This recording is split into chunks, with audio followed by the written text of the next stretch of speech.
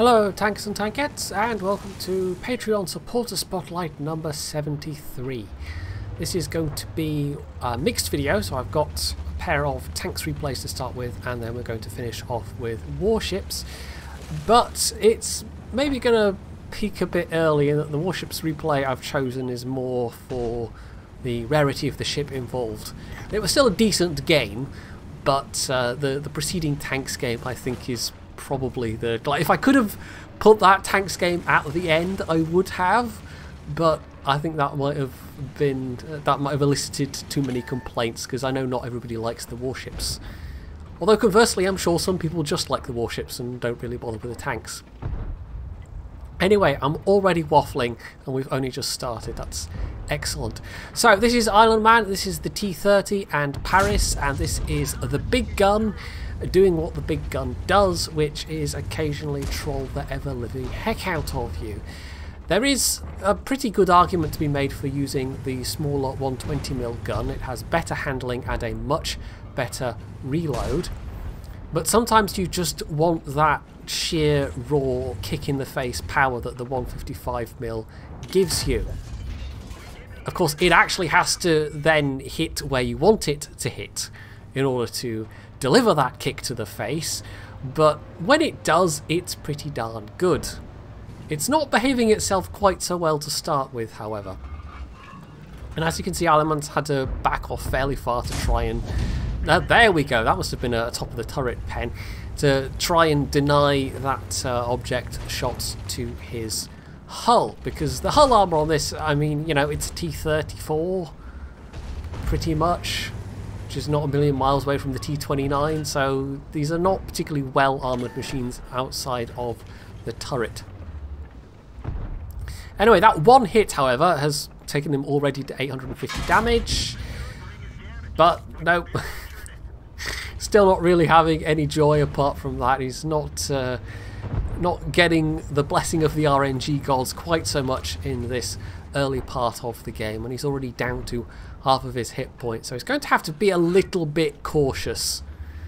This is a situation where the 120mm might theoretically come in a bit better. People would be less scared of it once they figured out that you had it, but on the other hand, sometimes it's not a bad thing that you don't have to pull out into the enemy line of fire quite so often with the longer reload. It's more the reliability of the 120mm that can make it superior in some situations. But of course, as with any gun in World of Tanks, you don't get to choose the gun once you're in game, because that would be a little bit silly. So there's that pesky object knocked out. There's still a fair few tanks on this corner though, and you can see he's trying not to go too far forwards. He knows how vulnerable his hull is, so he's just waiting for the enemy team to peek out. And that's really the best thing he can do right now, trying to be aggressive when you have this long of a reload and there are still multiple enemies who could easily kill you with the amount of health you're on, would be an extremely foolish thing to do indeed, and Island Man's definitely a better player than that. So another hit, up to 1800 damage, but that wasn't a particularly high roll. 654.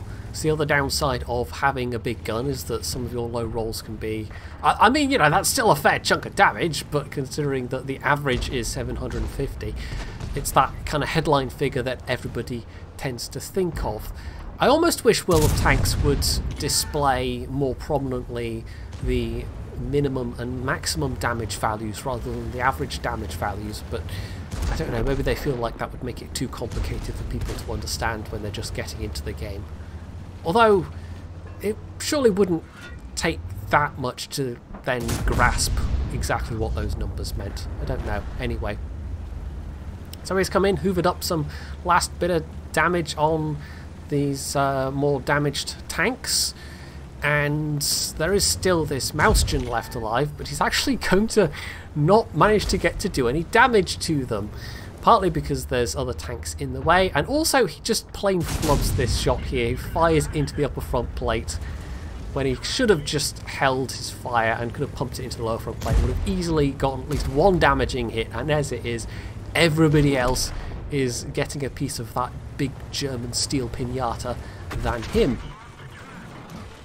The 120mm, I think, would have been just for that last series of shots, would have been superior, because when you've got low health enemies, at that point, having that long reload, you're just wasting huge amounts of damage potential, whereas with the 120mm you can put the shots out a lot faster, a lot more reliably, and it's a lot more useful for hoovering up low health enemies. But he's still sitting on 3 kills, now 4 kills, and although, okay, there we go, we know where that Mutz is, although there are times when the 120mm would certainly have been the more useful gun in this particular battle. I think ultimately the 155mm is going to be proving its worth, because that Mutz isn't alone. We know there's another Rheinmetall there and a T-25 pilot.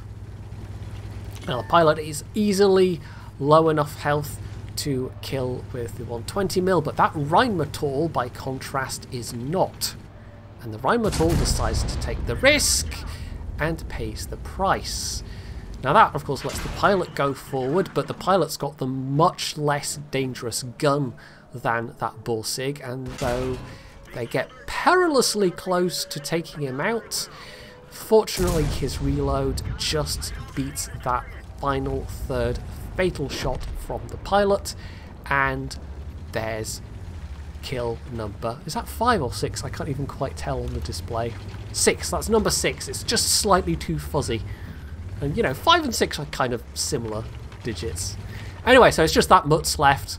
I can read numbers, honest. And there's a pack of very hungry tanks now out for blood, so yeah, I don't think they're going to last too much longer. He might get a shot, though. He's going to maybe need a bit of luck with RNG to beat everybody else to the punch. But the Mutz does at least have enough hit points that they might take a hit or two before they die. And in fact, there we go, they've actually managed to kill before they go down. But as it is, yep, the RNG is in his favour, and that's actually his second ammo rack of the game. So, yeah, totally unnecessary, but it was a nice little bit of fireworks to end things with. So, 3,800 damage done. An ace tanker and a top gun, and it was 7 kills in the end. And despite the somewhat trollish nature of the gun, he did hit nearly every shot fired. It's just a few of them, especially early on, did not penetrate because the targets he was firing at were quite well positioned for where they were. But of course it only takes 1 or 2 hits of this gun to pen to then do some really serious damage. So I think overall that was a pretty damn solid T30 game, and it was a good damage result and easily enough to put him at the top of the team. So on to the highlight almost of this video, the better, more entertaining tanks video anyway, the more, not better, but that was just, I mean, the T30 game was just a really good, solid bit of gameplay. This one is going to get a little bit more silly. This one is going to have maybe a bit more raw entertainment value, because, you know, you look for different things when you're looking at replays. So this is Manti 111, and I think we've had some tanks replays from him on the channel previously with this quite distinctive firing pattern, shall we say. He tends to jerk the reticle a little bit after he's fired, and it's maybe a little distracting to look at, but clearly it's no detriment to his actual you know, aiming prowess, because it doesn't really seem to have ever gotten in the way of his having good games. So the Object 430, this is one of the Tier 9 Soviet mediums. I really don't know that much about it because I have barely ever played any of the Soviet mediums. I don't think I've ever gone beyond the T43. And I did play the KV-13 though. I think there's probably not that many people can say that. So yeah, that's my experience of Soviet mediums that other people may not have had, but you know, it's not exactly that high tier. Anyway, so yeah, it's a fairly typical Tier 9 Soviet medium tank, he says, not really having a clue what he's talking about. Not a lot of gun depression, not that that matters on Ensk, but, you know, decent DPM, decent armour in places. Some of them are better armoured than others, more effectively armoured than others, so I know that's not a universal thing, but I can't remember offhand which ones are which. I think the version 2, the rear turret mounted one, is that better hull armor or is it better turret armor? I can't remember. And one of them's got a very weak turret top, and it might even be this one. And again, I really can't remember. There's so many Soviet medium tanks. Who can keep track of them all? It certainly helps if you play the game on a more regular basis than I do. Pretty much the most I've been playing a World of Tanks recently has been the weeks when Frontline has been on the in rotation. So they're moving forwards, taking out the E-50, but they've also lost a substantial number of tanks to the north, so we've got a kind of carousel effect going on, as can quite often happen, especially on the smaller maps, and this one has got some quite restricted lanes of approach as well, so there's only so many places you can go on Ensk, and although they are through to the enemy base already, there's not really a realistic chance of them capping, because that's very hard to do on this map. It is extremely easy to get back and decap. If nothing else, you can always take the really high risk route of just going down the train tracks, but of course that leaves you extremely vulnerable to getting shot with no cover. But it's not that much extra distance travel to go down the outside of the train tracks and have a much more covered approach. Nonetheless, somebody is attempting to actually cap that Primo Victoria. Everybody else is trying to cope with these tanks that are pushing through to their base, and there's only a couple of them left at this point. We don't know where the Jaegeru is, and there we go, the ISU has just died, but the IS-7 is dangerous. The AMX M4 is also dangerous, but significantly wounded. We don't really know what the status of the IS-7 is at the moment. That pattern, by the way, if you're wondering why they're so far back, they are also extremely damaged. So that's why they're not placing themselves on the front line. They're trying to use some of the soft cover that's back there, some of the houses that are destructible, to keep their gun in the game just a little bit longer. Manti can take a couple of hits though, as can this T-50, although a couple of hits is relative. If the thing that's shooting them happens to be the Jagdpanzer E-100, then who knows? It all depends on RNG at that point. Now, as it turns out, there's going to be a theme at the end of this game. The other two enemy tanks have gone back to their own base to try and deal with that Primo Victoria, who is now probably completely screwed, leaving this AMX M451, who is also equally totally screwed. And because these tanks are now, these few remaining tanks are all splitting off in various different directions, generally the ones that get left alone and isolated tend to then just die, as the Primo Victoria has just done, and they really had not a lot of chance of running away. They may have had the health, but even one Jaegeru hit would have severely crippled them, and of course at that point the ISM would have had a good chance of finishing them off before they could put their limited speed to use. So they are making an attempt, at least at this stage, to stick together, but that's not really how the rest of this game is going to go. I mean, it's a very already halfway through time-wise, but it's come down to a very tight situation of 3 versus 2. And theoretically the 3 have the advantage over the 2, but it's a fairly close run thing. You know, it's not a big enough advantage to definitely call it at this point. So although these two mediums are relatively healthy, the pattern not so much, they are an easy one-shot, but with the combined firepower they have, if they could catch these two tanks out, they might have a good chance of taking them out, especially as the Jaegeru doesn't have a turret. You get that in the wrong position and it's easy prey. But the IS-7, yeah, they do actually still have a fairly decent amount of health, as it turns out, and the IS-7's armour can also be a bit trollish, so this is a bit of a sticky situation. They can't just charge in and rely on numbers, especially as the pattern has just died, bringing it down to 2 versus 2, and so they have to approach this a bit more carefully. And Manti, I think, was waiting for maybe the IS-7 to try and make a move. If they could separate the IS-7 from the Jaegeru, even just temporarily, they would have a good chance of taking them down before they could actually then, like the Jaegeru could then move up to help the IS-7 buddy, especially as the Skoda, of course, has an auto-loader. But the IS-7 seems fairly content to just sit there and wait it out. So Manti tries to pull back and indicates with his pings that maybe the Skoda should do the same, but the Skoda holds position. Now I will say this, he didn't really say anything in the chat here. He was maybe relying on the Skoda just following him rather than saying, explicitly saying, hey, we should try and flank round. But I don't know, you know, there's a good chance that the Skoda might not have understood that. Map pings are, you know, you don't need to know a language to understand map ping in theory, but for whatever reason the Skoda chose to stick where they were and, as has happened previously, got picked apart. So now it's just Manti versus these two tanks. And because it's Ensk, well, you know, he's got a limited amount of options.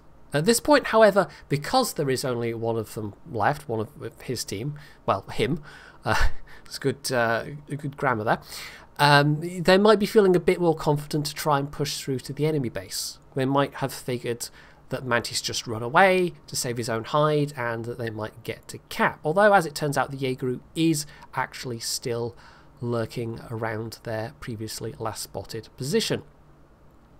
It's a bit risky for Manti if he tries to open fire here, so he's actually letting the Jaeger back off a bit to increase the distance between them before he tries to take a shot, and so maybe misses the best opportunity he had to hit that lower front plate. But that wasn't a guarantee. The Jaeger's armour can be fairly trollish at range, so it's unfortunate that that bounced, but at least he didn't get spotted. However, of course, the shell coming from this direction tells them exactly where he is, and so he's not going to stick around. That's entirely the sensible thing to do.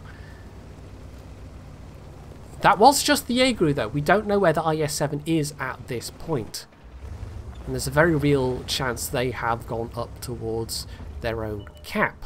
And as it turns out, Manti made exactly the right guess. They were going towards the cap, and that's not great, but at least he knows where they are, and potentially the Jaeger isn't that close by. And so I guess because it's coming down to it, because he just doesn't want to concede defeat, he, at this point, rather than trying to relocate again, which he's starting to kind of run out of time in order to do that, and it maybe at this point would also be the kind of obvious, you know, disappearing again for a period of time. They would guess he was trying to come from a different direction, because there's only so many directions you can come from on this map.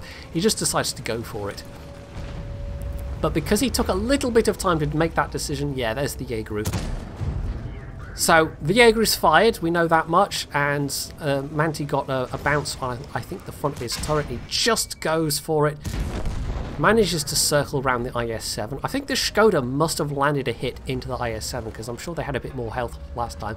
And then it comes to this crucial moment. Now, I think the Jaeger was loaded, unless they've got a dead crew member or a busted ammo rack. So I think what happened there was that Manti basically just was too fast for them to react, essentially. You know, they kind of flubbed the shot. They just weren't quick enough to react to Manti going around, and Manti also getting the tracking shot, which was an absolutely crucial moment in of itself, allowed him to just go around, and, you know, suddenly that lack of turrets becomes a bit of an issue, especially as that pile of rubble can't really be used to scrape off tanks anymore. It's one that you can drive over. So, that was a little bit of a silly ending. There was certainly some luck and some RNG involved there, but Manti kept his head and actually also went for it, didn't just run away and let them cap. And sometimes you can pull victories out of situations where it otherwise seems a bit hopeless. The enemy IS-7 did do a pretty good job, over 6,000 damage, not that far off 7,000 damage. They were clearly being quite effective for their own team, but in the end, Manti was able to make it work despite the enemy having superior numbers and despite them losing their last couple of tanks in rather silly fashion. It was all down to the wire, and he made it work. Finally, we come to our warships game, and it's an Iwaki Alpha, which I don't think I've actually had a replay of on the channel before. It's basically why I chose this particular replay. It's going to be a fairly solid game, but it's not going to have quite the same ending that the last one did. Like I said, if I felt like I could get away with it, I would have put that replay at the end of the video, but yeah, I tend to keep these things segregated because not everybody likes the warships. So the Iwaki Alpha is essentially the tier 3 cruiser, but with a smoke generator and also access to a couple of equipment slots that you don't normally get at this tier, just as the Arkansas Beta does. In order to get the Iwaki Alpha, you, like the name implies, had to be one of the alpha test players. You had to play at least 100 alpha test games. And I don't have one because I was never in the alpha test. I only got invited relatively late on in the closed beta. And it slightly irks me that I don't have one of these because I was interested in World of Warships from the very beginning. But it just, I don't know, I was just never asked until relatively late on. So yeah, I've never had the experience of playing it. But I've played the Tenryu. And so, apart from the smoke and the extra slots and the access to the mod that makes the guns very accurate for the tier, it is basically just an up-tier Tenryu. The smoke is the main thing that stands out as being different about it. Actually, having said that, does Tenryu get a Hydro? A Hydro might be different as well. I'm not sure. So, anyway, yes, this is the original smoke cruiser. Before there was Belfast, there was this. And although it's tempting to think, oh yeah, then it must be really overpowered like Belfast, not so much. You don't see people playing this very much. I think a big part of it is that the firepower is not exactly overwhelming. They're a relatively small number of 140mm guns, because the Tenryu class were meant as extremely light cruisers. They were basically destroyer leaders. They weren't meant to be particularly armed, they were meant to be fast. And so it is reasonably fast for a cruiser of its tier. In fact, it's really quite fast compared to cruisers of most tiers. But it doesn't pack much of a punch. It does at least have torpedoes, but as with, I think, pretty much all of the low-tier Japanese cruisers that have them, it's what, tiers? Just, no, yeah, Tenryu does have torp, isn't it? It's just Jakuma that doesn't. So yeah, Tenryu and Kuma both have quite restricted torp angles, as does Yubari. It's not until you get Furataka when you get a nice big torpedo drop arc. And then once you get to Aoba, immediately that's cut in half, and it's really only kind of the rear part of the ship, which is true basically all the way up until, I think, the Zhao? I can't remember offhand now if the Zhao gets a better arc or not. Don't actually have it yet myself, so this is why I'm having difficulty in remembering. Anyway, not that it matters. So, it's a bit of a, you know, it's an interesting ship. It's maybe of interest if you're a collector, but there's literally no way to get it these days, just as with the Arkansas Beta, which I do have. Actually, with the Arkansas Beta, it's almost the extra equipment slots that can make it powerful, as opposed to anything else. But the literally no anti-aircraft power whatsoever also tends to limit the amount that you see people taking it out. Although it might be a bit better these days. Of course, it used to be the case that people could make manual drops with tier 4 carriers. And so if you took out your Arkansas Beta and there was a carrier, they basically knew that you were pretty much a free kill and you couldn't really do anything about it. But that's not really the case anymore. A carrier could still harass you, but it wouldn't be quite as immediately fatal. That's one of the division mates that's K538 that's gone down already. This was a bit of a Seal Clubby division. He admitted it himself in the description of this replay. It's 2 Orions and an Iwaki Alpha, and maybe not so much the Iwaki, although he's probably got a pretty good captain in this thing. But the Orions certainly, even now, quite potent in a division. The turret traverse holds them back, but that huge HE bursting charge means that, yeah, they're a nasty ship to be on the wrong end of, and especially if there's a division of them, it's just going to be fires all the way down. So that's a nice torpedo kill. They do at least have a very good range. They're not fast torpedoes, but for being a tier 4 cruiser, it's, I think, a 10-kilometer torp range. I think you can stealth drop in this thing if you have a good enough captain. Yeah, it's a nice bonus kill. That destroyer maybe wasn't the biggest threat in the world, but it's extra damage, and taking a ship that can drop US smoke screens out of action is actually quite useful in of its own right. So now the immediate threat to the carrier is gone. He can turn back to deal with other things. This is a tier 5 game, so there are some reasonably dangerous ships around the place.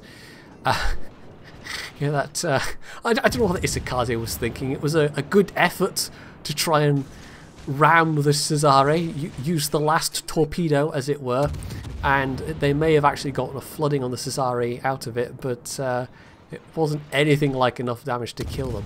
However, for K538's purposes, it's still useful that they're now lower damage, and that if you can get a chance, get a fire going on this guy rather, there's a chance you can get the kill. Or even just land enough hits, because, there we go, somebody else had managed to do some damage, and I think they were flooding. I think the Isakaze had actually caused a flooding, so the amount of damage that was, the amount of health that was ticking off because of that was also fairly substantial. Now at this point, a full health, nearly, well, not quite full health, but a very healthy battleship pulls into view, and so he's going to get some more use out of this smokescreen, because that's always a thing when you're using a smokescreen to try and sit and fire from, is that sometimes the enemies very inconveniently decide that they're not going to be within range, and it's not like this thing has a good range. In fact, it's pretty terrible. I think it's less than 10 kilometers. I think the torps have a better range than the guns do on this.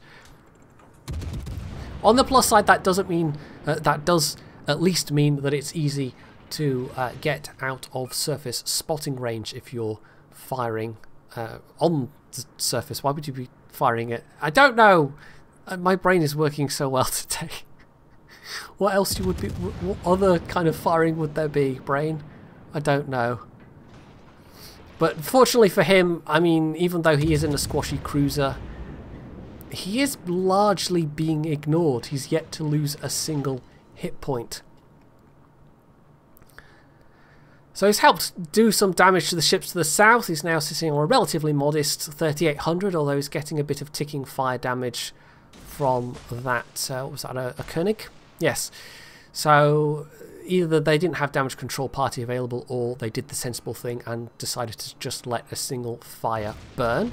Although that is relatively unusual at this tier.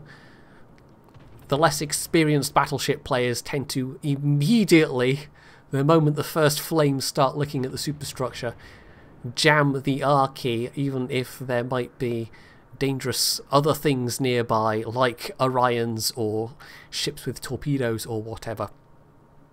This Langley, by the way, I think has been vainly trying to make a getaway, but it's so slow. It's such a slow ship that they were just never going to do it. And this is an older replay, by the way, so there's things like, I think you're about to see somebody trying to make a manual drop on this Langley. At least I think it is. I'm not entirely sure. So time for another smoke, and because they were all firing at the Langley, he was able to get into a position close by unmolested. But this is the point where maybe he wishes he had some torps available, although they are about to come back actually. So yeah, the torps are slow enough that you can actually just about reload them in the time that it takes them to travel the distance they're going. So yeah, there we go. The drop is made, but it's made... I don't know if that was made on him or if it was maybe made on the Orion behind, because I can't actually remember when that manual drop change was made. This is an 070 replay, which is also why we had that fun little press shift to enter artillery view or whatever it was bug at the start, which was a special annoyance for that particular patch. So torps out on the burning Congo, but the Congo has probably seen them. They've almost certainly been spotted from the air by the fighter, so that's a bit of a wasted drop, unfortunately. Maybe you should have put out one lot and held on to the second lot until that Congo was rather closer. But as it is, he's got to wait another 40 seconds before those come back.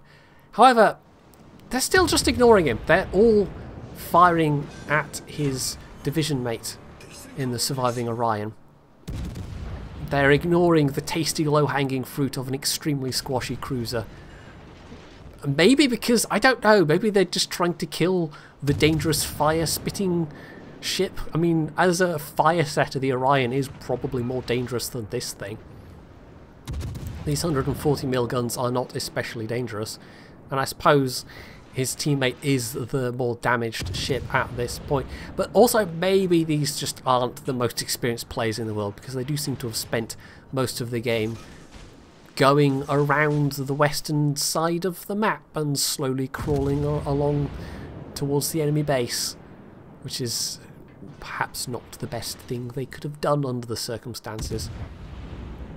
It is still fairly close though. I mean, I would say at this point that this team is very firmly winning this one, but in terms of numbers, in terms of victory points, they're not that far apart. It's just, I think they have enough of an upper hand at this stage that, yeah, there's not that much these surviving enemy ships can do to turn it around. And again, he blew both of his torpedo launchers on that ship that went down just before they got there. I'd have kept one for coming up close to this Texas, who is still studiously ignoring him. He's still on full health. Not even the secondaries are opening up, and I would say that surely they would be at this stage. In fact, I'm not even sure why the secondaries aren't opening up. Maybe it's just the angling involved. But as it is, yeah, he's taking all of the chances in the world and getting away with it because the enemy ships are just straight up ignoring him, which is always nice when you're in a squashy cruiser. Sadly, it's a thing that rarely happens though. Most people, when they see a squashy cruiser approaching, especially one that they know is armed with torpedoes, will try and kill you in short order, and it can almost be easier to do than against a destroyer because you've got a citadel and a destroyer doesn't. And so it can be actually quicker to kill a cruiser than a destroyer, even with the hit point disparity. So that is a very cheeky kill secure on that otherwise already just about dead enemy carrier for the Kraken. And he's even got a chance yet of getting a 6th and final kill against this Isokaze, so we'll see if he manages to do it. This is where that extra accuracy that you can get out of these guns, presuming he has that particular equipment installed, could be very, very useful. I think there's only one other tier 4 cruiser that can mount that actually, and that is the Yubari, but that has even less effective firepower than this. Oh no, actually, that's not strictly true. It's 2 twin turrets, and although this has 5 guns, you can only ever get 4 of them on target. I'm trying to remember what caliber Yubari has. Not that it matters. Anyway, neither of them is particularly a monster when it comes to firepower, is my point. So that was the only score screen I've got, unfortunately. I was not able to get the full scores for that, but it was a pretty respectable damage result. It wasn't, however, that exciting of a game overall. The only real reason he was able to get away with what he got away with was because he was ignored by everybody and didn't take a single point of damage. You could do equally well under those circumstances in a Kuma or a Phoenix or basically any other tier 4 destroyer except maybe the Danae. You'd have to rely a lot more on torpedo damage in the Danae because the guns don't really cut the mustard. You don't have the opportunity to set fires, and certainly there would have been a reasonable percentage of fire damage in that lot. It was, however, a chance to look at a ship that I've never featured before and a ship that you just don't see very often, and on that basis alone I thought it worth showing off. So hopefully you have enjoyed this set of replays, and if you have, you can do all the usual things down underneath the video, and of course, as always, stay tuned for more.